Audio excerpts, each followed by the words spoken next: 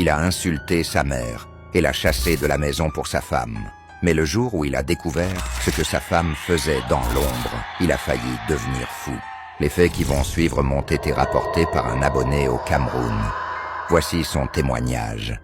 Un soir, Christian est rentré plus tôt que prévu. Il faisait nuit, mais la maison était silencieuse, trop silencieuse.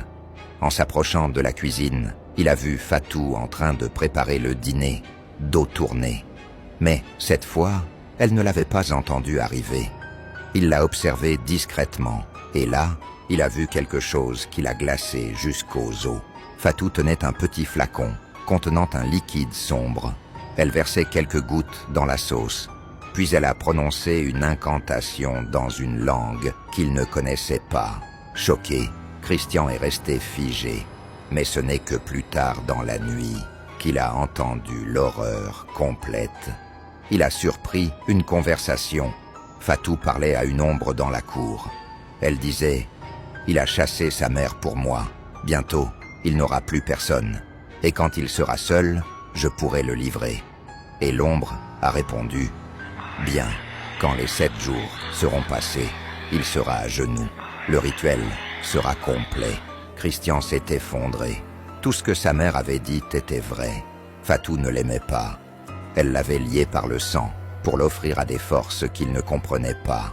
Le lendemain, il a voulu demander pardon à sa mère, mais c'était trop tard. Elle avait quitté la maison. Et quelques jours plus tard, il a appris qu'elle était morte, seule, humiliée par son fils.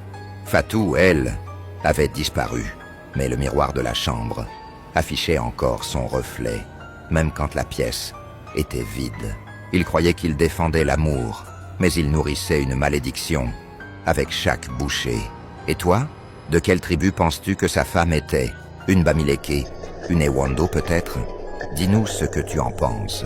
Et n'oublie pas d'activer la cloche des notifications pour ne manquer aucune de nos aventures mystiques. La prochaine histoire est encore plus terrifiante.